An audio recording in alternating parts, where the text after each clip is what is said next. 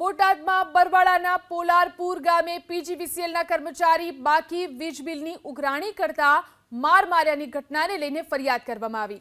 પીજીવીસીએલના કર્મચારી વિનોદભાઈ ડામોર પોલારપુર ગામે બાકી વીજ બિલને લઈને ઉઘરાણી કરવા ગયા હતા, ત્યારે વીજ બિલની બાકી રકમ બાબતે બે શખ્સો ઉશ્કેરાઈ જઈ કર્મચારીને બીભત્સ શબ્દો અને ગાળો આપી ધમકી આપીને માર માર્યો।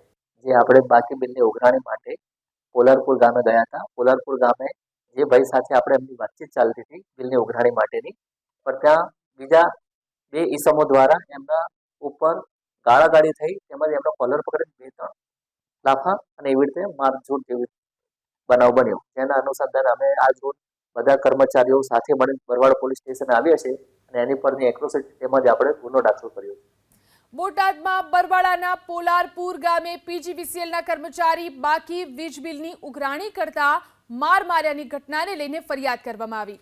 પીજીવીસીએલના કર્મચારી વિનોદભાઈ ડામોર પોલારપુર ગામે બાકી વીજ બિલને લઈને ઉઘરાણી કરવા ગયા હતા,